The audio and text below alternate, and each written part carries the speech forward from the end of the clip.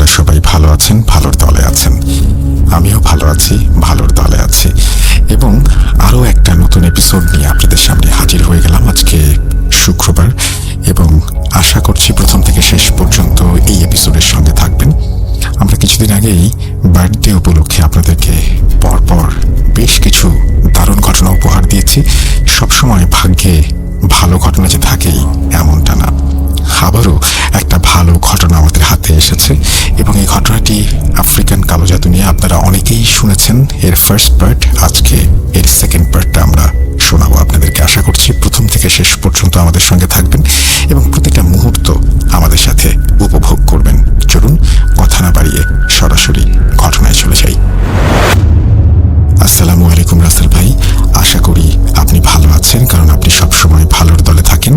আমি মোহাম্মদ মেহেদি হাসান লিখছি দুবাই থেকে। গত 9 জানুয়ারি 2025 বৃহস্পতিবার আপনার ইউটিউব চ্যানেলে প্রচারিত হয়েছিল আমার পাঠানো একটি আফ্রিকান ঘটনা, যার শিরোনাম ছিল আত্মা ফেরানো জাদু। ঘটনাটি প্রচার করার জন্য আপনাকে, গোলাম রাব্বি ভাই সহ আপনার পুরো টিমকে জানাই অন্তরের অন্তঃস্থল থেকে ধন্যবাদ। যাই হোক, আজকে আপনাদের জন্য আফ্রিকান ব্ল্যাক ম্যাজিকের ঘটনা নিয়ে হাজির হয়েছি। আশা করছি এই ঘটনাটি আপনাদের এবং লিসনারদের ভালো লাগবে। Black is not a colour, black is a symbol of attitude. বাক্যটা বলেছিলেন আমার এক বড় ভাই, ওনার নাম হচ্ছে ববি। উনি পশ্চিম আফ্রিকার দেশ নাইজেরিয়ান নাগরিক। ববি ভাইয়ের বয়স 60 বছর হবে। তিনি বেশ হাসি খুশি এবং ফ্রেন্ডলি একজন মানুষ। ববি ভাই আরব আমিরাতের সারজা স্টেটে আল নাহদা 2 এই এলাকাতে থাকেন। তিনি প্রায় 25 বছরের বেশি সময় ধরে এখানে আছেন। আমি থাকি আল নাহদা 1 অর্থাৎ দুবাই সাইডে। তবে আমাদের দুজনের বাসা খুব কাছাকাছি। দুজনে থাকি দুবাই সারজা বর্ডারের একেবারে এপারে ওপারে। এখানে তিনি একটি ব্যবসা করেন। ডিসেম্বর মাসের কোনো এক সন্ধ্যায় আমি আর ববি ভাই বসেছিলাম দুবাই আর সারজা বর্ডারের ধারে একটা নিরিবিলি জায়গায়। সেদিন আবহাওয়াটা ছিল অনুকূলে, মুক্ত বাতাস আর কোলাহল মুক্ত একদম রোমাঞ্চকর পরিবেশে যদি পাশে থাকে প্রিয় বড় ভাই আর সেই সাথে যদি হয় গল্প, সেটা আবার আফ্রিকান ব্ল্যাক ম্যাজিকের, তাহলে কার না শুনতে ভালো লাগে। আমি গল্প শোনার লোভ সামলাতে না পেরে একরকম মুগ্ধ হয়ে ববি ভাইয়ের কাছে নাইজেরিয়ার অজানা রহস্যময় কালো জাদুর ঘটনা শুনছিলাম। ঘটনা শোনার এক পর্যায়ে আমি ববি ভাইকে প্রশ্ন করেছিলাম, আচ্ছা ভাই, এই যে এত কিছু ঘটে, সেগুলো কি আসলেই ঘটে? ববি ভাই মুচকি হেসে বললেন, give me your right hand. আমি আমার ডান হাতটা বাড়িয়ে দিলাম।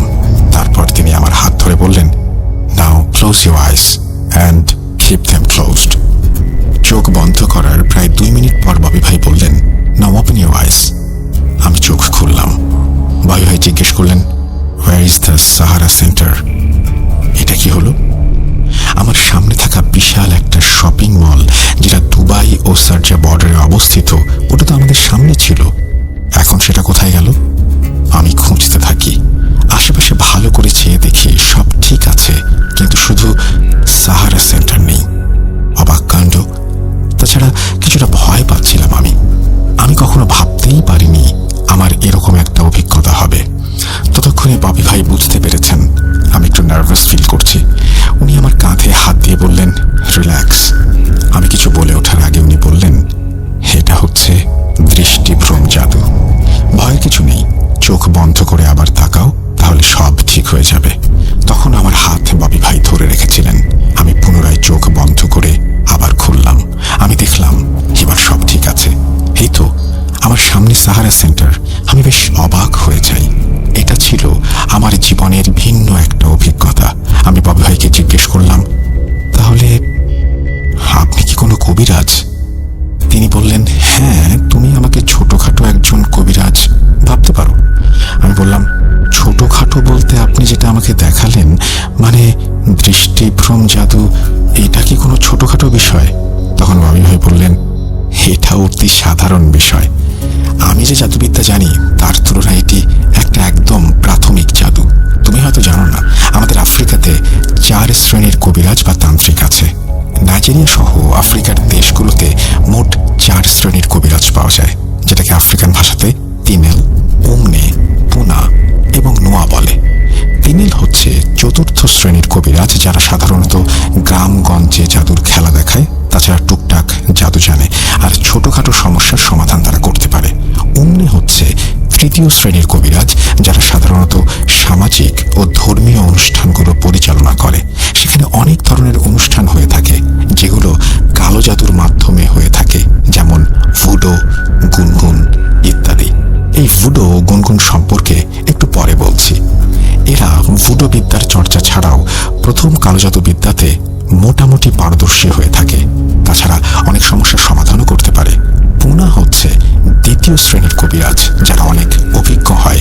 এরা ভয়ঙ্কর ভয়ঙ্কর কালো জাদু করে থাকে, যেমন বান মেরে মানুষ মেরে ফেলা, তারপর ভয়ঙ্কর ভয়ঙ্কর পিশাচ বন্দি করে তাদেরকে দিয়ে কাজ করানো ইত্যাদি ইত্যাদি। তাছাড়া অন্যান্য বিষয় আরো পরে আছে। নুয়া হচ্ছে প্রথম শ্রেণীর কবিরাজ। এরা মূলত গুরু শ্রেণীর কবিরাজ হয় আর যার যার গোত্রের কবিরাজের সর্দার হয় তারা। এরা সর্বোচ্চ স্তরের কালো জাদু চর্চা করে থাকে, যেমন আত্মাবন্দি জাদু, আয়নাবন্দি জাদু, আত্মা বা কারিন ফেরানো জাদু, জিনের উপরে কালো জাদু করা, রেড ম্যাজিক করা ইত্যাদি। এরা অনেক জটিল কালো জাদুর সমাধান করতে পারে। এই নুয়াদের ভেতরে আবার দুই শ্রেণীর নুয়া আছে, যেটাকে বাংলায় বলে সাধারণ নুয়া আর অভিজ্ঞ নুয়া। মোটা দাগে আদিবাসীরা অভিজ্ঞ নুয়া হয়ে থাকে সেখানে। যাই হোক, ববি ভাই বলছিলেন আমি চতুর্থ শ্রেণীর একজন কবিরাজ ছিলাম, তবে আমার ইচ্ছে ছিল অনেক বড় কবিরাজ হবার। কিন্তু আমার সাথে এমন একটা ঘটনা ঘটে গেল, তারপর থেকে আমি এই জাদুর চর্চা একদম ছেড়ে দিয়ে এই দেশে চলে আসি। আমি বললাম, আপনি যদি আপনার সেই ঘটনাটা আমাকে বলতেন তাহলে আমি সেটা লিখে আমাদের বাংলাদেশের একটা জনপ্রিয় ভৌতিক প্ল্যাটফর্ম ভূত.com-এ পাঠাতাম। ববি ভাই তারপর তার ঘটনা ভূত.com-এ শেয়ার করতে রাজি হন। একটা কথা বলে রাখি ভাইয়া, ডিসেম্বর থেকে ফেব্রুয়ারি পর্যন্ত ববি ভাইয়ের কাছ থেকে অনেক কিছু জেনেছি আফ্রিকান ব্ল্যাক ম্যাজিক সম্পর্কে। আমি সেগুলোর মূল বিষয় সংক্ষেপে নোট করে রেখেছি যাতে আমি ভুলে না যাই। আমি বুঝতে পারছি না ঘটনা কোথা থেকে শুরু করব, তো আমার ক্ষুদ্র মস্তিষ্কে যেটুকু জ্ঞান আছে সেটুকু দিয়ে চেষ্টা করছি ঘটনাগুলো যতটুকু সম্ভব সাজিয়ে লেখার। তো চলুন শুরু করা যাক সেই বহুল আলোচিত আফ্রিকান কালো জাদুর ঘটনা। এই ঘটনাগুলো ঘটেছিল পশ্চিম আফ্রিকার দেশ নাইজেরিয়াতে। মূল ঘটনা শুরু করার আগে নাইজেরিয়া জাতিগোষ্ঠী নিয়ে কিছু তথ্য দেয়া যাক, তাহলে ঘটনা বুঝতে সুবিধা হবে। তবে এসব তথ্য দেওয়ার আগে আমি ববি ভাইয়ের কাছ থেকে অনুমতি নিয়েছি। আমি ওনাকে বলেছি ভূত.com কখনো কোনো দেশ, জাতি, গোষ্ঠীকে ছোট করে না বা বড়ও করে না। এটা সম্পূর্ণ বিনোদনমূলক একটা প্ল্যাটফর্ম। এখানে শুধু সত্য ভয়ের ঘটনা উপস্থাপন করা হয়। ববি ভাই বলেছেন কোনো সমস্যা নেই, আসলে এই পৃথিবীটা একসময় কুসংস্কারে ভরা ছিল। দিনে দিনে এসবের পরিবর্তন হয়েছে, তবে এখনো অনেক জায়গায় অনেক কিছু চলমান। আপনি আপনার দেশের মানুষের সামনে আমাদের দেশ সম্পর্কে যেটা তুলে ধরবেন সেটা হচ্ছে ইতিহাস। আপনি চাইলেও ইতিহাস পরিবর্তন করতে পারবেন না, আর সেটা সম্ভব না। তো ববি ভাই আমাকে তাদের দেশ ও জাতি সম্পর্কে অনেক তথ্য দিয়েছেন, সেগুলো আমি বর্ণনা করছি। এখানে যদি আপত্তিকর বা বিরক্তিকর কোনো বিষয় থাকে তাহলে আমি ভূত.com ও লিসেনারদের কাছে ক্ষমা চেয়ে নিচ্ছি। নাইজেরিয়াতে মোট 300টির বেশি ছোট বড় জাতিগোষ্ঠী রয়েছে, যার ভেতরে প্রধান 3টা জাতিগোষ্ঠী হচ্ছে হাউসা, ইউরুবা ও ইবো। ববি ভাই হচ্ছে একজন ইবো সম্প্রদায়ের লোক, আর উনি খ্রিস্টান ধর্মের। তো এই প্রধান 3 জাতিগোষ্ঠীর ভেতরে হাউসা হচ্ছে সবচেয়ে বড়। নাইজেরিয়ার মোট জনসংখ্যার প্রায় 31% হচ্ছে হাউসা। তারপর ইউরোবা, মোট জনসংখ্যার প্রায় 16% হচ্ছে ইউরোবা। তারপর ইবো, মোট জনসংখ্যার প্রায় 15% ইবো। ইউরোবা ও ইবো সংখ্যায় প্রায় সমান। নাইজেরিয়ার এক এক অঞ্চলে এক এক জাতির প্রভাব রয়েছে। নাইজেরিয়ার উত্তর অঞ্চলে হাউসারা সংখ্যাগরিষ্ঠ আর অন্যান্যরা সংখ্যালঘু। পশ্চিম অঞ্চলে ইউরোবা সংখ্যাগরিষ্ঠ আর পূর্ব অঞ্চলে ইবোরা। ববি ভাইয়ের বাড়ি হচ্ছে নাইজেরিয়ার পশ্চিম অঞ্চলে, সেখানে ইউরোবা সংখ্যাগুরু আর ইবোরা সংখ্যালঘু। সঙ্গত কারণে আমি জায়গার নাম বলছি না। এই যে বিভিন্ন জাতি, এদের ভেতরে আবার বিভিন্ন ধর্মের মানুষ রয়েছে। এদের পরস্পরের ভেতরে যেমন দ্বন্দ্ব রয়েছে, নিজেদের ভেতরেও অনেক দ্বন্দ্ব রয়েছে। যেমন ইউরোবাদের ভেতরে মুসলিম, খ্রিস্টান ও অন্যান্য ধর্মের মানুষ আছে। আবার এদের ভেতরে উপজাতি আছে, আবার নির্দিষ্ট ধর্ম আছে, তারা আবার আলাদা আলাদা কালচার মেনে চলে। আর এই ইউরোবাদের সাথে উপজাতি ইউরোবাদের দ্বন্দ্ব আছে। তাদের ধর্ম, কর্ম, মতের অনেক বিভেদ রয়েছে।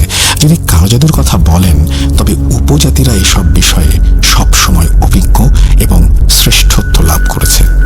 হাউসা ও ইবোদের ভেতরে ঠিক একই বিষয় লক্ষ্য করা যায়। আপনি হয়তো জানেন, নাইজেরিয়াতে 1967 সালে গৃহযুদ্ধ হয়েছিল। এই গৃহযুদ্ধের প্রধান একটা কারণ হচ্ছে জাতিগত দ্বন্দ্ব। তো নাইজেরিয়াতে যে সমস্ত বিষয়গুলো দেখা যায়, যে অঞ্চলটিতে যে জাতি সংখ্যাগুরু, তারা বাকি সংখ্যালঘু জাতিদের উপরে প্রভুত্ব করে। প্রায় অঞ্চলে সংখ্যাগুরুত্ব দ্বারা সংখ্যালঘুরা চরম বৈষম্যের শিকার। বর্তমানে এসব দ্বন্দ্বের হার তুলনামূলকভাবে অনেক কমে গেলেও এখনও সেখানে অনেক জায়গায় এই জাতিগত দ্বন্দ্বের দেখা মেলে। এই দেশটিতে প্রচুর কালো জাদুর চর্চা হয়।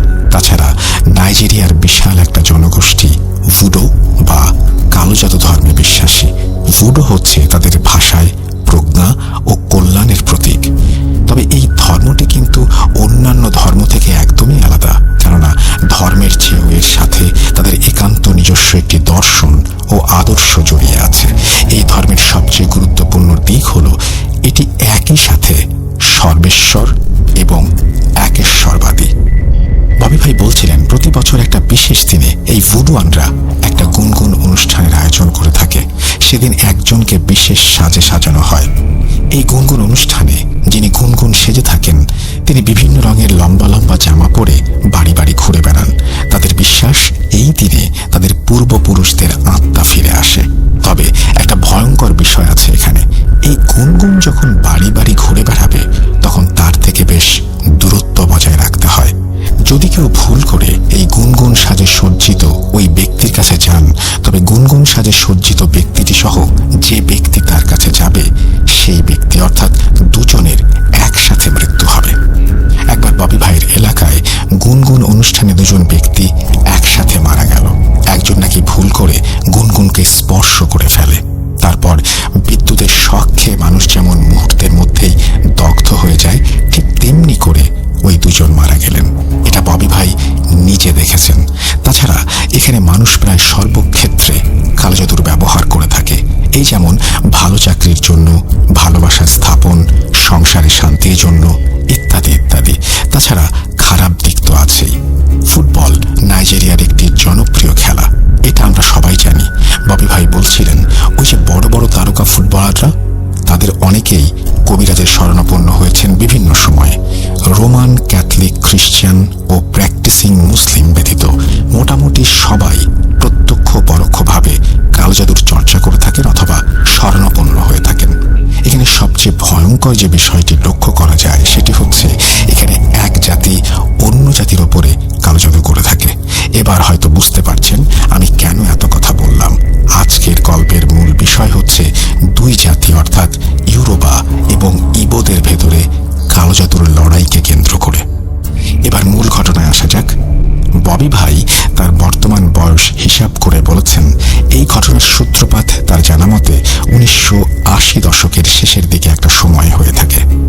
সব পক্ষের শত হাজার বছর ধরে চলমান জাতিগত দ্বন্দ্ব থাকলেও পূর্বের সব ঘটনা যেগুলো কালো জাদু সম্পর্কিত, ওসব ঘটনা জানা ও বর্ণনা করা সম্ভব না হলেও ওই সময়ের কিছু ঘটনার পুঙ্খানুপুঙ্খ বিবরণ দিতে সক্ষম হয়েছেন ববি ভাই।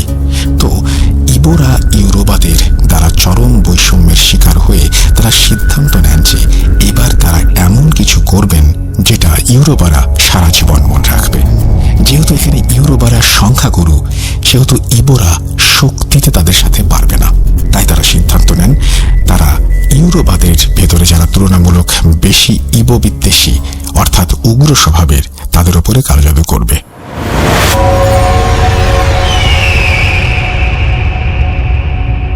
ঘটনা বোঝার সুবিধার্থে আমি এখানে ছদ্মনাম ব্যবহার করছি। ধরুন কেভিন, সে হচ্ছে ববি ভাইয়ের ইবো গোত্রের একজন প্রধান কবিরাজ বা কবিরাজ সর্দার। এই কেভিন হচ্ছে একজন নুয়া বা অভিজ্ঞ কবিরাজ। এখন ওখানে বসবাসরত যত ইবো আছে সবাই কেভিনের কাছে যায়। তারপর তাকে বলে, কেভিন কিছু একটা করুন, এই ইউরোবাদের অত্যাচার আর সহ্য হচ্ছে না, ওদেরকে একটা উচিত শিক্ষা দিন। তখন কেভিন বলে, ঠিক আছে, আমি ইউরোবাদের সাহায্য করব, তবে আমাকে একদিন সময় দাও, আমাকে ভাবতে দাও কি জাদু করা যায় ওদের উপরে। পরের দিন কেভিন ইবো প্রধান সবাইকে ডেকে বলে, আমি ওদের উপরে কিছু রক্তচোষা পিশাচ শ্রেণীর জিন চালান করে দেব। এই পিশাচগুলো ওদের শরীরের সব রক্ত খেয়ে ফেলবে আর ওরা একসময় রক্ত শূন্য হয়ে মারা যাবে। পরবর্তীতে এই কাজটি করা হয়েছিল একটি রিচুয়ালের মাধ্যমে। যেদিন এই রিচুয়াল করা হয় সেদিন কেভিন বিশেষ এক পোশাক পরে। তারপর সন্ধ্যার পরে কেভিন ও তার 12 জন শিষ্য মিলে কেভিনের বাড়ির উঠোনে শুরু করে দেন রিচুয়াল। ঠিক উঠোনের মাঝখানে কেভিন একটা ছাগল এনে সেই ছাগলের গায়ে মন্ত্র পড়ে ফুঁ দিতে থাকেন। তারপর 3টা থালা ছাগলের সামনে রাখেন। 3টা থালার একটা থালার ওপরে কিছু লাল রঙের গুঁড়া অর্থাৎ রং রাখেন, আর একটা থালার ওপরে একটা কাঁচের বোতল ভর্তি পানি রাখেন।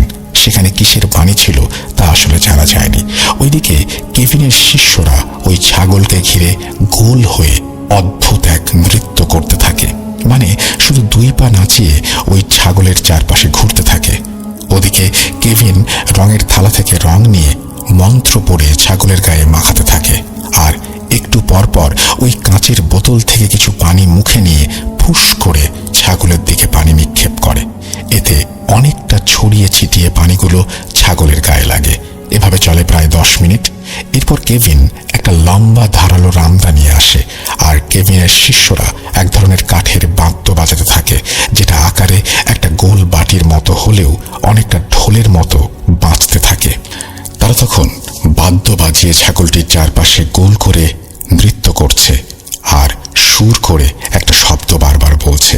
এর অর্থ হচ্ছে হেসো হেসো। এদিকে কেভিন রামদা হাতে নিয়ে ছাগলের সামনে বিভিন্ন অঙ্গভঙ্গি করতে থাকে। কি ভাবছেন? কেভিন এক্ষুনি এই ছাগলটাকে বলি দেবে আর এই বলির মাধ্যমে কোনো একটা জিন চালান করে দেবে তাদের প্রতিপক্ষের ওপর?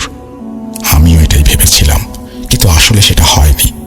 বাবু ভাই বলছিলেন এই যে রিচুয়াল, এর মাধ্যমে একজন শক্তিশালী পিশাচকে বন্দি করা হবে। ওই পিশাচটা এই ছাগলের শরীরে প্রবেশ করতে বাধ্য হবে, তারপর বলি দেয়া হবে ওই ছাগলের ভেতরে থাকা পিশাচকে। যাই হোক, তারা ওভাবে বাদ্য বাজিয়ে নেচে নেচে বলছে সেই একই কথা, এসো এসো এসো, অর্থাৎ ওই পিশাচটাকে ডাকছে। এভাবে চলতে থাকে বেশ কিছুক্ষণ। একটা সময় ছাগলটা ওখানে দাঁড়িয়ে হুঙ্কার দিতে থাকে। একটা ছাগল কি ধরনের শব্দ ব্যবহার করতে পারে, কিভাবে ডাকতে পারে, সেটা সকলের জানা আছে, কিন্তু ওই ছাগলটা তখন যে ধরনের শব্দ ব্যবহার করছে তাতে মনে হচ্ছে এটা কোনো ভয়ঙ্কর জন্তু হবে। তার অমন হুঙ্কার শুনে উপস্থিত সবাই বুঝতে পারে এখন এই ছাগলের ভেতরের পিশাচ বন্দী হয়েছে। তখন তারা আনন্দে উল্লাস করতে থাকে। একটু খেয়াল করুন, পিশাচ বন্দী হয়েছে দেখে তারা উল্লাস করছে। আর এই ঘটনা যদি আমাদের দেশে কোথাও হতো আর আমরা যদি সেটা বুঝতে পারতাম আমাদের সামনে থাকা ছাগলের ভেতরে একটা ভয়ঙ্কর পিশাচ আছে, তখন আমাদের কি অবস্থা হতো? তাহলে বোঝা যায় এই সব বিষয় তাদের কাছে ডাল ভাতের মতো। আসলেই ভয়ঙ্কর ব্যাপার। যাই হোক, ছাগলের ভেতরে থাকা পিশাচটা হুঙ্কার দিতে থাকে, কিন্তু মজার বিষয় হচ্ছে ছাগলটা রাগে গর্জন করলেও ওই জায়গা থেকে নড়াচড়া করছে না। এটা দেখে মনে হচ্ছে অদৃশ্য কিছু তাকে শক্ত করে ধরে রেখেছে, যার ফলে সে কোনো রকম নড়াচড়া করতে পারছে না, শুধু এদিক ওদিক চেয়ে দেখছে। আমি ববি ভাইকে জিজ্ঞেস করলাম, এই যে ছাগলের চারপাশ দিয়ে একসাথে এত মানুষ নাচানাচি করছে, বাদ্য বাজাচ্ছে, তার আগে তারা শরীরে রং মাখালো, বোতল থেকে পানি মুখে নিয়ে তার দিকে নিক্ষেপ করলো, এত কিছু হলো সেখানে, আর ছাগলটা ওখানে দাঁড়িয়ে থাকলো। সে পালাতে পারুক আর না পারুক, অন্তত ছোটাছুটি তো করবে। তখন ববি ভাই হেসে আমাকে বললেন, ছোট ভাই, এটাই তো কালো জাদু। ওই ছাগলকে সম্পূর্ণ বশ করে রাখা হয়েছিল। যাই হোক, একসময় কেভিন এক কোপে ছাগলের ঘাড় থেকে মাথা আলাদা করে ফেলে। যখনই কোপ মেরেছে তখন ওই ছাগলটা এত জোরে আর্তনাদ করে উঠেছে, সেই আর্তনাদে পুরো বাড়িটা কেঁপে ওঠে।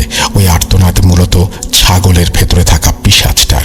কেভিন ছাগলের কাটা মাথাটা ওই খালি পড়ে থাকা 3য় থালার ওপর রেখে দেয়। ওদিকে ছাগলটা বলি দেওয়ার সাথে সাথে কেভিনের একজন শিষ্য একটা মাটির পাত্র এনে ছাগলের রক্তগুলো ওই মাটির পাত্রে সংগ্রহ করে। তারপর কাঁটা মাথা ও পাত্র ভর্তি রক্ত নিয়ে কেভিন চলে যায় তার ছোট ঘরে। বলে রাখা ভালো, আফ্রিকান কবিরাজদের আলাদা ঘর থাকে, সেখানে তারা তাদের কবিরাজি কর্মকাণ্ড করে থাকে। যাই হোক, পরবর্তীতে জানা যায় ইবোরা যখন কেভিনের কাছে বলে ইউরোবাদের ওপরে কালজাদু করতে হবে, কার কার ওপরে কালজাদু করতে হবে সবার নাম নিয়ে কেভিন গত রাতে একজন শক্তিশালী পিশাচ জিনের সাথে কথা বলে। এটা ছিল চুক্তি জাদু। চুক্তি জাদু হচ্ছে জিনের সাথে চুক্তি করে কাজ করানো। প্রথমে কবিরাজ সিদ্ধান্ত নেন কি জাদু করতে চান, তারপর কবিরাজ কাজের ধরন অনুযায়ী সেই জিনকে আহ্বান জানান। যেমন ধরেন, কোনো জিন মানুষের রক্ত খেয়ে ফেলতে পারে, কোনো জিন মানুষকে পাগল বানিয়ে রাখতে পারে, ইত্যাদি ইত্যাদি। কেভিন সিদ্ধান্ত নেন সে উগ্র ইউরোবাদের রক্ত শূন্য করে মারবে, যাতে বিষয়টা সহজে কেউ বুঝতে না পারে। তার ভাবনা অনুযায়ী সে গতরাতে একজন পিশাচকে আহ্বান করে যে কিনা মানুষের শরীর থেকে রক্ত চুষে খেয়ে ফেলতে পারে। কেভিনের আহ্বানে ওইরকম একটা পিশাচ কেভিনের ডাকে সাড়া দিয়ে তার কাছে আসে। তখন কেভিন ওই জিনকে বলে, আমার একটা কাজ করে দিতে হবে।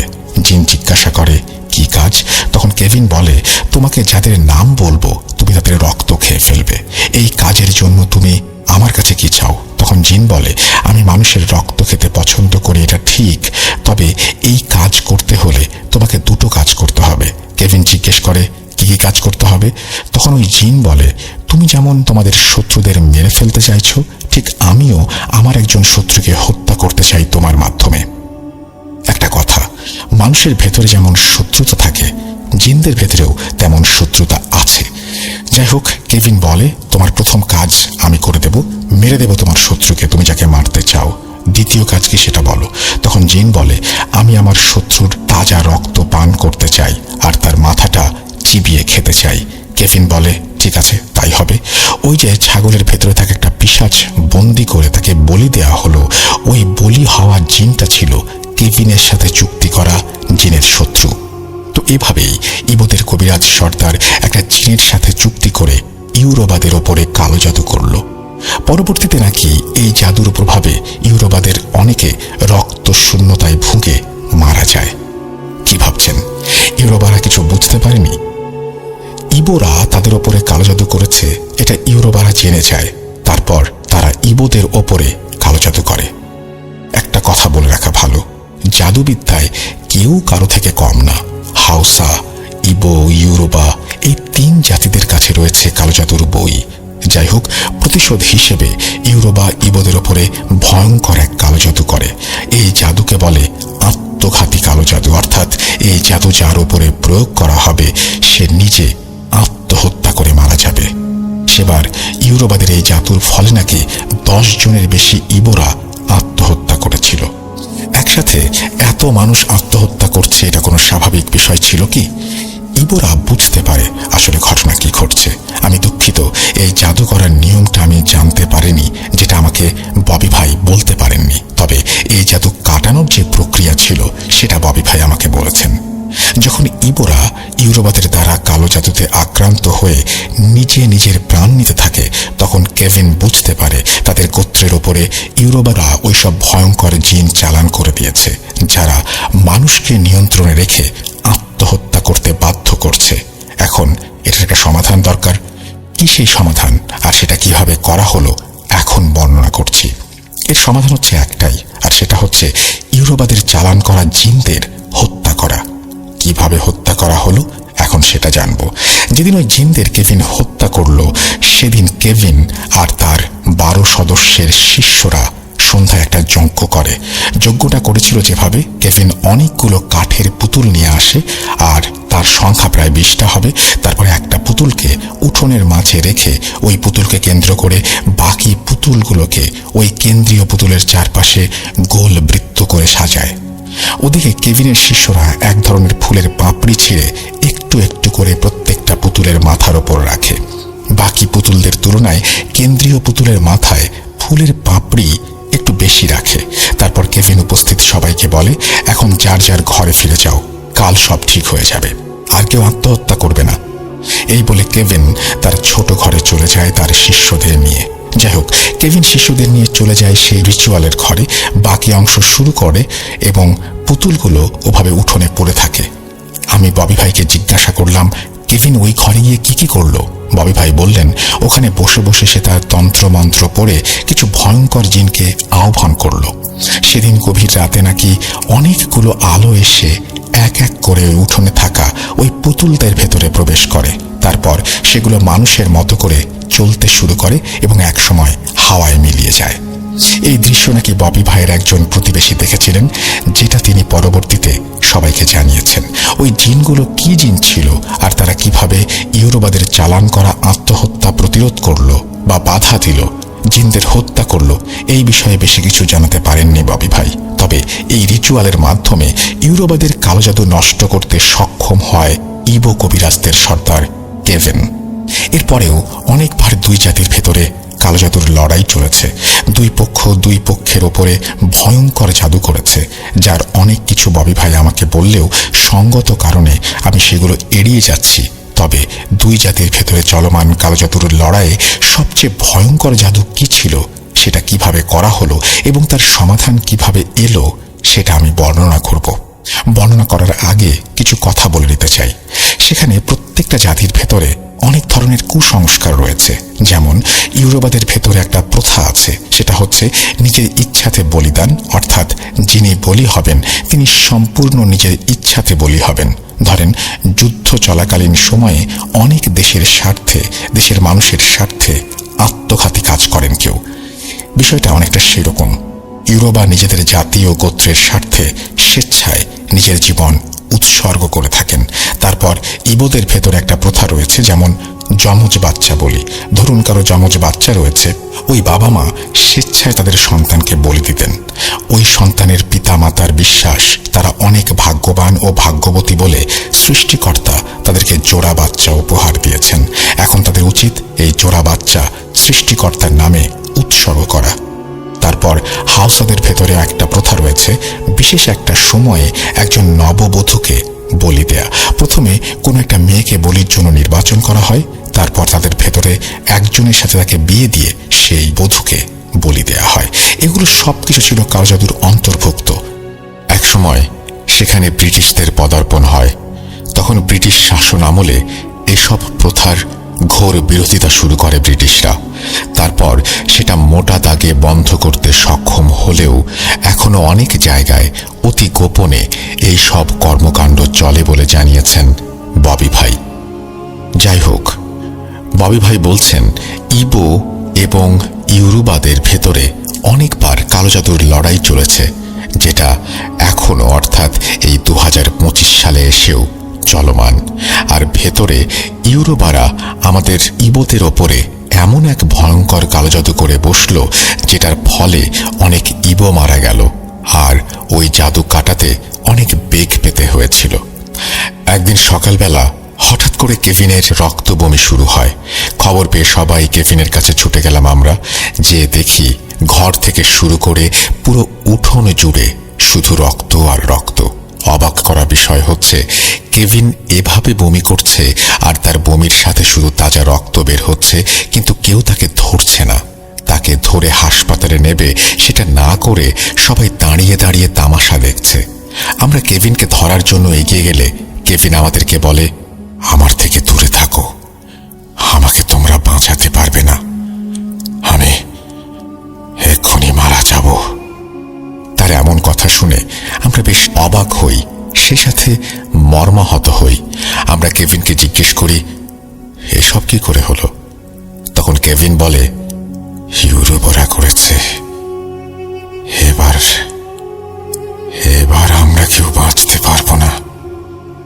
যাই হোক, কেভিন নিষেধ করা সত্ত্বেও আমরা এক প্রকার জোরপূর্বক তাকে ধরাধরি করে হাসপাতালে নেয়ার জন্য রওনা হলে হাসপাতালে নেয়ার আগে সে মারা যায়। সেদিন আমাদের পুরো ইবো গোত্রে এক শোকের ছায়া নেমে আসে, কেননা কেভিন ছিল ইবো কবিরাজ সর্দার। কেভিনের লাশ তার ধর্ম অনুযায়ী দাফন করা হয়। কেভিন মারা যাওয়ার 2 দিন পরে আমাদের ইবো গোত্রের 3 জন যুবক একইভাবে রক্তবমি করতে করতে মারা যায়। মৃত্যুর আগে তারা শুধু এটা বলতে চেয়েছিল তারা নাকি গত রাতে স্বপ্নের ভেতরে কিছু খেয়েছে। অবাক করা বিষয় হলো তারা 3 জন একই স্বপ্ন দেখেছে। তাদের দেখা স্বপ্নটা ছিল এমন, তারা তারা তিনজন একসাথে কোনো একটা ভোজনে গিয়েছে, সেখানে পেট ভরে মাংস খেয়েছে। তারপর তাদের ঘুম ভেঙে যায় পেটের যন্ত্রণায়। মূলত স্বপ্নে মাংস খাওয়ার পর থেকে শুরু হয় পেটে ব্যথা। তারপর ব্যথা ক্রমে বাড়তে থাকে, একসময় সেটা তীব্র থেকে তীব্রতর হয়, আর এক পর্যায়ে শুরু হয় রক্তবমি। তো এভাবে কেভিন সহ 4 জন মারা যাওয়ার পরে ইবোদের ভেতরে আতঙ্ক ছড়িয়ে পড়ে। তারা বুঝতে পারে এবার ইউরোবারা তাদের ওপরে ভয়ঙ্কর কালো জাদু করেছে। তখন ইবোরা মরিয়া হয়ে ওঠে এই কালো জাদু থেকে বাঁচার জন্য। তারা ছুটে যায় বড় বড় ইবো তান্ত্রিক কবিরাজের কাছে। ওই 3 জন ইবো যুবক মারা যাওয়ার পরের দিন ইবোরা পাশের এলাকা থেকে একজন নামকরা ইবো কবিরাজকে নিয়ে আসে ববি ভাইদের এলাকায়। এই কবিরাজ ছিল একজন গুরু শ্রেণীর এবং অনেক অভিজ্ঞ একজন কবিরাজ। ঘটনা বোঝার স্বার্থে আমি এই কবিরাজের একটা ছদ্মনাম ব্যবহার করছি। ধরুন ওই কবিরাজের নাম হেনরি। তো এই হেনরি কবিরাজকে নিয়ে আসার পরে তাকে সবকিছু খুলে বলা হয়। কেভিন সহ কিভাবে 4 জন ব্যক্তি মারা গেল জানানো হয়। সবকিছু শুনে হেনরি বলে, আচ্ছা, আমি আগে দেখি ইউরোবারা তোমাদের ওপরে কোন ধরনের কালো জাদু করেছে। তারপর হেনরি ওই সময়ে একটা আসন পেতে বসেন। তারপর চোখ বন্ধ করে বিড়বিড় করে কিছু একটা পড়তে থাকেন। একটা সময় মনে হলো হেনরি একদম ঘুমিয়ে গেছেন ওই বসা অবস্থায়। যাই হোক, কিছুক্ষণ পরে হেনরি তার চোখ খোলেন। তারপর তিনি আসন থেকে উঠে দাঁড়ান। হেনরি বলেন, তোমাদের উপরে ভয়ঙ্কর প্রতিশোধ নিতে ইউরোবারা একজন অভিজ্ঞ ইউরোবা আদিবাসী কবিরাজ সর্দারকে নিয়ে আসে তোমাদের পুরো গোত্রকে কালো জাদু করে শেষ করে দেবার জন্য। ওই ইউরোবা কবিরাজ ছিল একজন অতি অভিজ্ঞ নোয়া। তখন ওই আদিবাসী ইউরোবা কবিরাজ সর্দার ওখানকার ইউরোবাদের বলেন, কিছুদিন পরে সূর্যগ্রহণ হবে। ওই সূর্যগ্রহণের সময় তোমাদের ভেতর থেকে একজন স্বেচ্ছায় যদি বলি হতে রাজি হয়, তবে এই বলির মাধ্যমে ইবোদের ওপরে ভয়ঙ্কর কালো জাদু করতে পারবো, যে জাদু কাটানোর ক্ষমতা ইবোদের নেই। তারপর ইউরোবাদের ভেতরে একজন রাজি হয় স্বেচ্ছায় বলি হতে। এভাবে সূর্যগ্রহণের দিন ইউরোবা কবিরাজ একজনকে বলি দিয়ে তোমাদের ওপরে ভয়ঙ্কর কালো জাদু করেছে। ওরা ওই দিন একটা রিচুয়াল করেছিল, যে রিচুয়ালের মাধ্যমে ভয়ঙ্কর 3টা শক্তিশালী জাদুকর জিনকে তোমাদের ওপরে চালান করে দেয়। ইউরোবাদের চালান করা ওই জিন 3টা আদমা জাদুবিদ্যা জানে। এই আদমা জাদুবিদ্যা হচ্ছে এমন বিদ্যা যে কিনা চাইলে কিছু সময়ের জন্য তার শরীর একদম অস্তিত্বহীন করে ফেলতে পারে। মানে এই জাদুর প্রভাবে কোনো জিনও তাদেরকে খুঁজে পাবে না। যেমন বাতাসেরও একটা অস্তিত্ব আছে, কিন্তু সেটা অনুভব করা যায়, দেখা যায় না। কিন্তু এই আদমা বিদ্যা এত অদ্ভুত ও ভয়ঙ্কর যে এটা প্রয়োগ করার সাথে সাথে একজন জিন তার শরীরকে একদম অস্তিত্ব শূন্য করে ফেলতে পারে এবং সে অন্যান্য জিনের সামনেই এই অস্তিত্বহীন করার কাজটা করে। তাই ওই আদিবাসী ইউরোবাদের কবিরাজ সর্দার ভালো করে জানে এই 3 জিনকে মারা অসম্ভব। ওই জিনদের থেকেও কোনো শক্তিশালী জিন যদি ওদেরকে ধরতে আসে অথবা মারতে আসে, তখন ওরা আদমা জাদুর সাহায্যে নিজেদের একদম অস্তিত্বহীন করে পালিয়ে যায়। তারপর আর ওদেরকে খুঁজে পাওয়া যায় না। আর সবচেয়ে ভয়ঙ্কর বিষয় হচ্ছে ওই 3 জিন হচ্ছে যাযাবর শ্রেণীর জিন, যারা সমাজ থেকে বিচ্ছিন্ন এবং থাকে জঙ্গলে। মানে জিনদের ভেতরেও তো একটা সমাজ ব্যবস্থা আছে মানুষের মতো। তো এই জিনগুলো হচ্ছে সমাজযুক্ত। কি আদামা এবং আদামা জাদুর রহস্য আসলে কি, এখন সেটা বলছি। আনুমানিক 1700 শতাব্দীতে পশ্চিম আফ্রিকার কোনো একটা দেশে জন্ম হয়েছিল এই আদমার। তার জন্ম কোথায় হয়েছিল এটা নির্দিষ্ট করে বলতে পারেনি ববি ভাই। তাকে সবাই রাজকুমারী আদমা বলে চেনে। আফ্রিকার অনেকে বলেন আদমার জন্ম হয়েছিল কোনো এক রাজ পরিবারে, আবার অনেকে বলেন সে জন্মেছিল একটা সাধারণ গরিব পরিবারে। তবে আদমা ছিল একজন বুদ্ধিমতী এবং একজন আফ্রিকান সুন্দরী তরুণী। আদমা সবসময় সামাজিক কল্যাণমূলক কাজের সাথে যুক্ত থাকত। বিশেষ করে নারীদের অধিকার নিয়ে সে কাজ করত। এতে করে তার অনেক শত্রু হয়ে যায়। তার এই শত্রুদের হাত থেকে নিজে বাঁচার জন্য ও শত্রুদের শিক্ষা দেওয়ার জন্য আদমা এক সময় ভয়ঙ্কর ভয়ঙ্কর কালো জাদুর চর্চা শুরু করে। সে কিভাবে এই জাদুবিদ্যা আয়ত্ত করেছে এ বিষয়ে জানা যায়নি, তবে সে জাদুবিদ্যায় অনেক পারদর্শী ছিল। বিশেষ করে সমস্ত দৃশ্য এবং অদৃশ্য শক্তির সামনে নিজেকে অস্তিত্বহীন করা জাদুতে সে পারদর্শী ছিল। তার এমন জাদু ক্ষমতার জন্য অনেকে তাকে অতি অসাধারণ কিছু মনে করলেও তৎকালীন সময়ের অনেকে তাকে অপছন্দ করত। অনেকে বলে থাকেন সে শয়তানি বিদ্যা অর্থাৎ ডাকিনী বিদ্যা বা ডাইনি বিদ্যার চর্চা করত।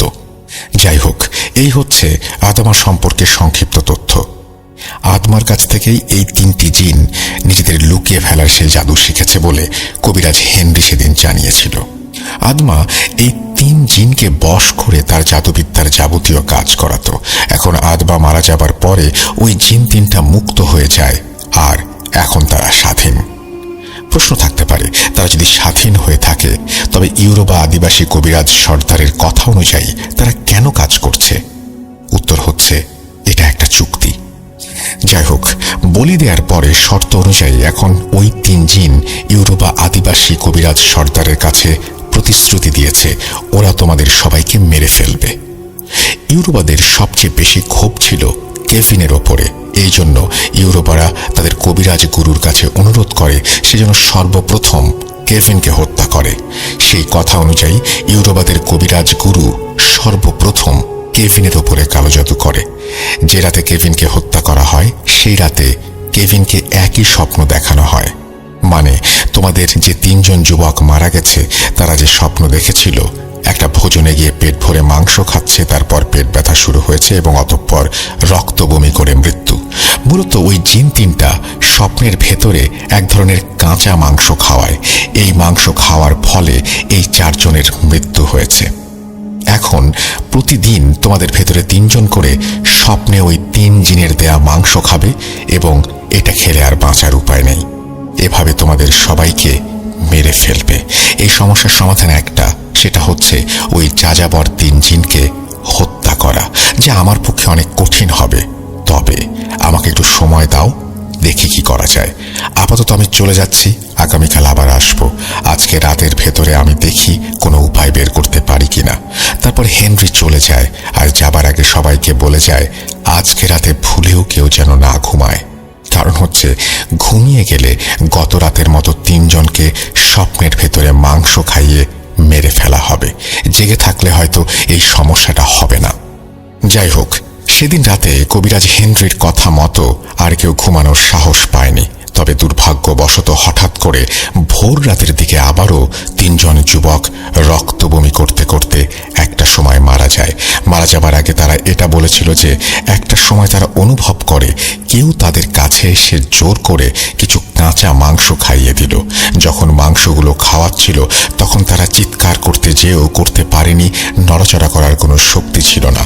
এভাবে 7টা তাজা প্রাণ ঝরে যাওয়াতে আমাদের পুরো গোত্রে শোকের ছায়া নেমে এসেছিল। ওদিকে হেনরিকে আবারও খবর দিয়ে আনা হলো। হেনরি সেই অবস্থা দেখে অনেক দুঃখ প্রকাশ করে আর বলে, আমি ভেবেছিলাম হয়তো না ঘুমালে এই সমস্যা হবে না, কিন্তু এখন দেখছি এটা আমার ভাবনার থেকেও ভয়ঙ্কর। তখন উপস্থিত সবাই হেনরিকে বলে, হেনরি কিছু একটা করেন, তা না হলে আমরা কেউ বাঁচতে পারবো না। তখন হেনরি বলে, আমি গত রাতে আমার জাদুবিদ্যার মাধ্যমে জানতে পেরেছি যে এই সমস্যা সমাধানের একটা উপায় আছে, তবে সেটা অনেক কঠিন। উপস্থিত সবাই জিজ্ঞেস করে কি সেই উপায়? তখন হেনরি বলে, 4 পূর্বপুরুষের জাদু। উপস্থিত সবাই জিজ্ঞেস করে কি সেই 4 পূর্বপুরুষের জাদু? তখন হেনরি বলে, আফ্রিকা মহাদেশের ভেতরে একজন বিখ্যাত কবিরাজ ছিলেন যার নাম হচ্ছে গৌ। এই গৌকে বলা হতো কবিরাজ সম্রাট। গৌ প্রতিটা জাদু কাটানো বিদ্যা জানত। হেনরি বলছেন, গতকাল রাতে আমি একটা সাধনার মাধ্যমে জানতে পারি এই সমস্যার সমাধান আছে একমাত্র গৌয়ের হাতে। একটু বলে রাখি, আফ্রিকাতে কবিরাজের ছেলে কবিরাজ হয়। এটা ওখানকার একটা নিয়ম যেটা বিশ্বের অনেক দেশে দেখা যায়। তো এই গৌয়ের পূর্বপুরুষেরা কবিরাজ ছিল।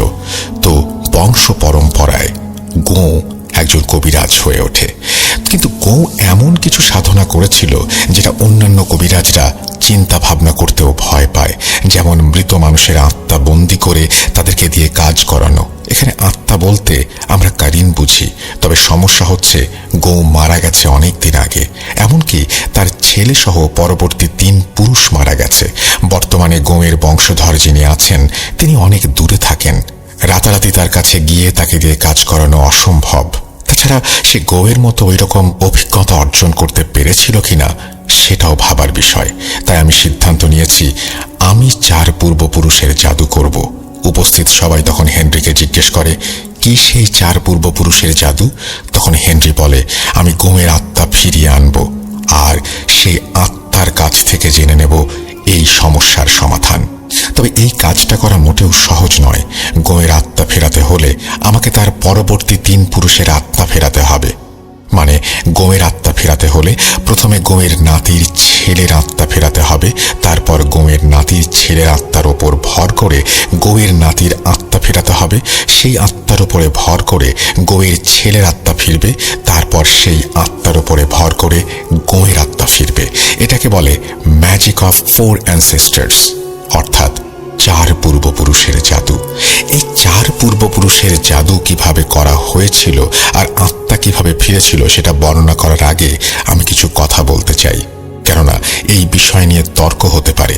আমি চাই না আমার জন্য ভূত.com এইরকম কোনো পরিস্থিতিতে পড়ুক। তাই এরকম কিছু যাতে না ঘটে সেই বিষয়ে সতর্ক থাকা আমার দায়িত্ব। দেখুন, আমরা মুসলিম, তাছাড়া এই শো যারা শোনেন তার সিংহভাগ মুসলিম। আমরা বিশ্বাস করি মানুষ মারা গেলে তার রূহ বা আত্মা বারজাকের জীবনে চলে যায়, সেখান থেকে আত্মা ফিরে আসার কোনো সুযোগ নেই।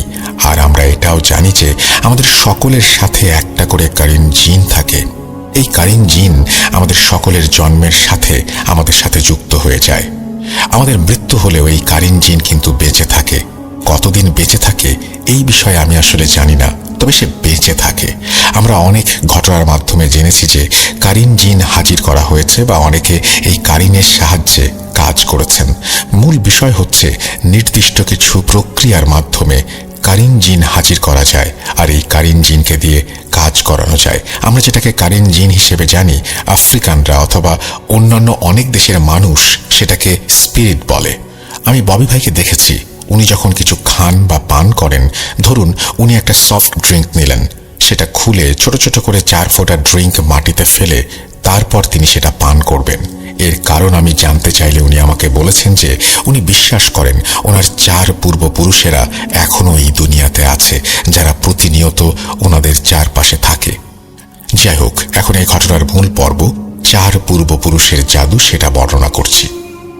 সেদিন হেনরি কিছু সময়ের জন্য চলে যায়, তারপর সে আরো 5 জন অভিজ্ঞ কবিরাজকে সাথে করে ফিরে আসে। সেই সাথে কিছু জিনিস নিয়ে আসে। তার ভেতর ছিল 4টি কবুতর, কিছু পাখির পালক, 4টা মানুষের খুলি, কিছু রং, মোমবাতি ইত্যাদি। হেনরি বলেছেন, সূর্য যখন একদম মাথার ওপরে থাকবে, অর্থাৎ ভর দুপুর, ঠিক তখন আমি আমার সহকর্মী এই 5 বন্ধু আমাদের রিচুয়াল শুরু করব। আমাকে একটা ফাঁকা জায়গা দিতে হবে, সেখানে আমরা ছাড়া আর কেউ যেন না আসতে পারে, সেই বিষয়ে আপনাদের খেয়াল রাখতে হবে। ববি বলছেন, হেনরির কথা মতো তাকে কেভিনের বাড়িটা ছেড়ে দেয়া হয়, আর আমরা দূর থেকে হেনরির কর্মকাণ্ড লক্ষ্য করছি। তো সূর্য যখন একদম মাথার ওপরে, তখন হেনরি কবুতর 4টাকে জবাই করে প্রত্যেকটা কবুতরের রক্ত আলাদা আলাদা করে রাখে। তারপর হেনরি সেই 4টা মানুষের খুলি বের করে, এক একটা খুলির ওপরে একটি করে কবুতরের রক্ত ঢেলে দেয়। রোদের তাপে কিছুক্ষণ পরে খুলিগুলোর রক্ত শুকিয়ে যায়। তারপর হেনরি কিছু পাখির পালক আগুনে পুড়িয়ে সেটা ছাই করে নেয়। সেই ছাইয়ের সাথে কিছুটা রং মিশিয়ে সামান্য পানি দিয়ে সেটাকে এক ধরনের কালির মতো বানিয়ে ফেলে। তারপর রোদে শুকিয়ে যাওয়া রক্ত মাখা মাথার খুলিগুলোর ওপরে আঙুলের সাহায্যে কিছু একটা লিখতে শুরু করে হেনরি। এক সময় এক এক করে 4টা মাথার খুলির ওপরে লেখা শেষ হলে আবারও খুলিগুলো কিছুক্ষণ রোদে শুকিয়ে নেয় হেনরি। খুলিগুলো শুকিয়ে গেলে হেনরি সহ বাকি কবিরাজরা সেই 4টি মাথার খুলি নিয়ে কেভিনের সেই কবিরাজি করার জন্য যে ঘর, সেই ঘরে চলে যায়। তারপর সেখানে সবাই মিলে শুরু করে একটি যজ্ঞ। ববি ভাই বলছেন, ওই দিন ওই 6 কবিরাজ এক একটা মালসার ভেতরে আগুন জ্বালিয়ে সেই আগুনের পাত্রের পাশে এই 4টি মানুষের মাথার খুলি রেখে তন্ত্রমন্ত্র পড়তে থাকে এবং তাদের জানা জাদুবিদ্যা সব জাহের করতে থাকে। সেদিন দুপুর থেকে সন্ধ্যা পর্যন্ত এই 6 জন কবিরাজ এই রিচুয়াল করেছিল। এতে করে নাকি এই 4 পুরুষের আত্মা পূর্ণ শক্তি পেতে সক্ষম হয়েছিল। একটা কথা বলে রাখা ভালো, এই যে 4টি মানুষের মাথার খুলি, এগুলো মূলত ওই কবিরাজদের ভেতরে কোনো একজনের 4 পূর্বপুরুষের মাথার খুলি ছিল, যেমন বাবার, দাদার, দাদার বাবার এবং তার বাবার। কেননা এই ম্যাজিক সম্পূর্ণ করতে হলে এমন 4টা মানুষের খুলির প্রয়োজন, যা হতে হবে 4 পূর্বপুরুষের মাথার খুলি। যাই হোক, সন্ধ্যা পর্যন্ত টানা যজ্ঞ শেষ করে হেনরি এবং বাকি কবিরাজরা বাইরে চলে আসে। তারপর হেনরি আমাদের সবাইকে ডাকে। আমরা হেনরির কাছে গেলে হেনরি আমাদের বলে, আপনারা দয়া করে কেউ ঘর থেকে বের হবেন না। সূর্য ডোবার সাথে সাথে আমি আমার আসল কাজ অর্থাৎ 4 পূর্বপুরুষের আত্মা ফেরানো জাদু শুরু করব। বাইরে পরিবেশটা তখন অস্বাভাবিক হয়ে যেতে পারে। সবার কাছে মনে হতে পারে প্রচণ্ড ঝড় তুফান হচ্ছে। দয়া করে কেউ ভয় পাবেন না, আর ভুলেও এই উঠানের চারপাশে কেউ আসবেন না। যদি কেউ আসেন তবে নিজ দায়িত্বে আসবেন, কেননা তারা চরম ক্ষতির সম্মুখীন হতে পারেন। হেনরির কথা শোনার পরে আমরা তাকে আশ্বস্ত করি যে আমরা কেউ আসবো না এখানে, আপনি আপনার কাজ চালিয়ে যান। সেদিন সূর্য ডোবার পরে শুরু হয় আসল কাজ। বাপি ভাই বলছেন আমরা তখন আড়াল থেকে দেখতে থাকি হেনরি কি করছেন। তাছাড়া এই সমস্যা সমাধানের পরে হেনরি আমাদের সবকিছু খুলে বলেছিল। আমি ঘটনার ধারাবাহিকতা বজায় রাখার জন্য সেটা এখন বলছি যে কিভাবে করা হয়েছিল, কি করা হয়েছিল এই 4 পূর্বপুরুষের আত্মা ফেরানোর সময়। সেদিন হেনরি উঠোনের মাঝখানে একটি কাপড় বিছিয়ে সেখানে সেই 4টি মানুষের মাথার খুলি রাখে। তারপর সেই খুলি বরাবর 4টি দাগ কেটে দেয়, মানে 4টি খুলির সামনের দিকে একটি করে সরল রেখা টানে। সেই দাগের উপরে কিছু রং ছিটিয়ে সেগুলোর উপরে মোমবাতি স্থাপন করে, অনেকটা অ্যাসেম্বলির মতো করে সাজিয়ে নেয়। এরপর সেই মোমবাতিতে আগুন জ্বালিয়ে হেনরি সহ বাকি কবিরাজরা খুলিগুলোর সামনে দিয়ে এক লাইনে বসে পড়ে। তারপর সবাই মন্ত্র পড়া শুরু করে। ঘন্টার পর ঘন্টা মন্ত্র পড়েই যাচ্ছে তারা। বেশ কিছুক্ষণ মন্ত্র পাঠ করার পরে চারপাশে ঝড় উঠতে থাকে, মনে হচ্ছে এখনই সব লণ্ডভণ্ড করে দেবে। অবাক করা বিষয় হচ্ছে এত বাতাসের ভেতরেও মোমবাতিগুলো ঠিকই জ্বলছে। একটি ভয়ঙ্কর পরিবেশ সৃষ্টি হয় তখন। এভাবে ঝড় বাতাস চলাকালীন সময় প্রথম সারির মোমবাতিগুলো এক এক করে নিভে যায়। তারপর তার কয়েক সেকেন্ড পরে একটি আলো এসে প্রবেশ করে প্রথম খুলির ভেতরে। আলোটি যখন প্রথম খুলির ভেতরে প্রবেশ করেছে তখন সব কবিরাজ একসাথে দাঁড়িয়ে যায়। তারপর তারা সুরেলা কণ্ঠে একটি লাইন বলতে থাকে, যার বাংলা অর্থ হচ্ছে তোমার পিতাকে নিয়ে এসো। এভাবে কিছুক্ষণ গান গাওয়ার পর ওই আলোটি আবার ওই খুলি থেকে বেরিয়ে চলে যায়। তার কয়েক মিনিট পরে দ্বিতীয় লাইনের মোমবাতি সব এক এক করে নিভে যায়। তারপর একটি আলো এসে দ্বিতীয় মাথার খুলির ভেতর প্রবেশ করে। ওই আলোটি যখন দ্বিতীয় খুলির ভেতরে প্রবেশ করে তখন সব কবিরাজ আবারও একই সুরে সেই গান গাইতে থাকে। তার কিছুক্ষণ পরে আবারও একই ঘটনা ঘটে, আলোটি খুলি থেকে বের হয়ে যায়। তৃতীয় লাইনের মোমবাতিগুলো এরপর সব নিভে যায়। আরেকটি আলো এসে তৃতীয় মাথার খুলিতে প্রবেশ করে। প্রবেশ করার সাথে সাথে কবিরাজরা সেই একই গান আবারও গাইতে থাকে। তার কিছুক্ষণ পর আবার সেই তৃতীয় আলোটি খুলি থেকে বেরিয়ে যায়। তৃতীয় খুলিটি যখন ওখান থেকে চলে যায় তারপর পরিবেশটা আরো বেশি ভয়ঙ্কর হয়ে ওঠে।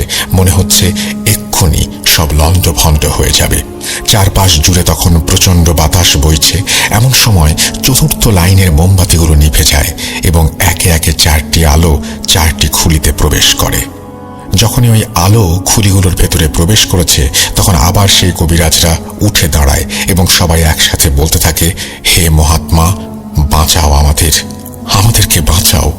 এইভাবে বেশ কিছুক্ষণ চলার পরে ওই 4টি মানুষের মাথার খুলি মানুষের মতো কথা বলে ওঠে।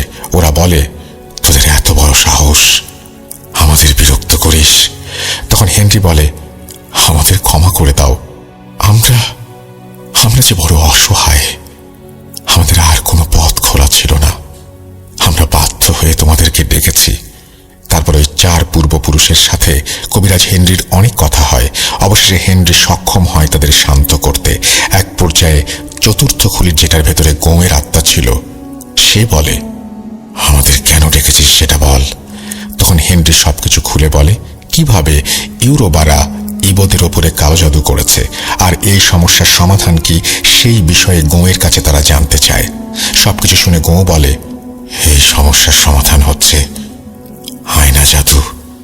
তারপর গোঁ হেনরিকে বলে দেয় কিভাবে সেই আয়না জাদু করতে হবে। আর গোঁ এটাও বলে দেয় আজকে রাতে কোন 3 যুবক মারা যাবে। তাদেরকে যদি বাঁচাতে চায় তাহলে তাদেরকে পানির ভেতরে রাখতে হবে। এই জিনের জাদু পানিতে কাজ করে না। ওরা 3 জন যেন আজকে সারা রাত পানির ভেতরে কাটিয়ে দেয়, তাহলেই বাঁচতে পারবে। এরপর সে বলে, আর তুই আগামীকাল আয়না জাদু প্রয়োগ করবি। এই আয়নার ভেতরে তাদেরকে বন্দি করে হত্যা করবি।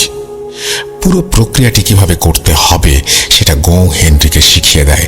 তারপর সেই মানুষের মাথার খুলিগুলো থেকে একে একে 4টি আলো উড়ে চলে যায়। এভাবেই শেষ হয় 4 পূর্বপুরুষের জাদু।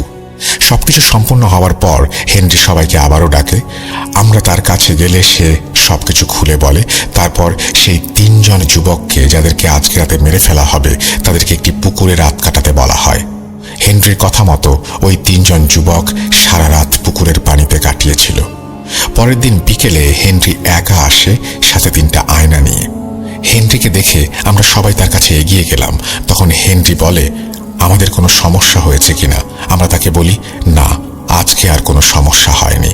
যাই হোক, সেদিন বিকেল থেকে হেনরি একটা রিচুয়াল শুরু করে, যেটা কেভিনের উঠোনে বসে সে করেছিল। রিচুয়ালটা মূলত একটি পূজা পাঠ ছিল, যেটা সঙ্গত কারণে আমি বর্ণনা করতে চাই না। সেদিন সূর্য ডোবার পরে হেনরি একটি গণ্ডি কেটে বসে। তার সামনে ছিল 3টি আয়না। সেই 3টি আয়না সামনে রেখে মন্ত্র পাঠ করতে থাকে। কিছুক্ষণ মন্ত্র পাঠ করার পরে একসাথে 3টি আলো এসে সেই 3টা আয়নার ভেতরে প্রবেশ করে। তারপর হেনরি একটা ছুরি দিয়ে একটি আয়নার ভেতরে আঘাত করে। যখনই সে ছুরি দিয়ে আয়নার ভেতরে আঘাত করে তখন প্রচণ্ড একটি আর্তনাদের শব্দ ভেসে আসে। ববি ভাই বলেছেন ওই আর্তনাদের শব্দটা এত জোরালো ছিল যেমনটা খুব নিকটে বজ্রপাত হলে হয়। উপস্থিত সবার কানের পর্দা ফেটে যাবার মতো অবস্থা হয়েছিল। এভাবে একে একে 3টি আয়নাকে হেনরি আঘাত করে ছুরি দিয়ে, আর প্রত্যেকবার ওইভাবে আর্তনাদের শব্দ ভেসে আসে। এটা শেষ করার পরে হেনরি আমাদের সবাইকে ডাকে এবং সে বলে সমস্যার সমাধান হয়ে গেছে। আজকে থেকে তোমরা সবাই ইউরোবাদের কালো জাদু থেকে মুক্তি পেলে। এভাবেই একটি ভয়ঙ্কর সমস্যার সমাধান করেছিল হেনরি। তারপরে ইউরোবা এবং ইবোদের ভেতরে অনেকবার কালো জাদুর লড়াই হয়েছে। 2 পক্ষ ভয়ঙ্কর ভয়ঙ্কর জাদু করেছে উভয় পক্ষের ওপরে। সেই সব ঘটনা ববি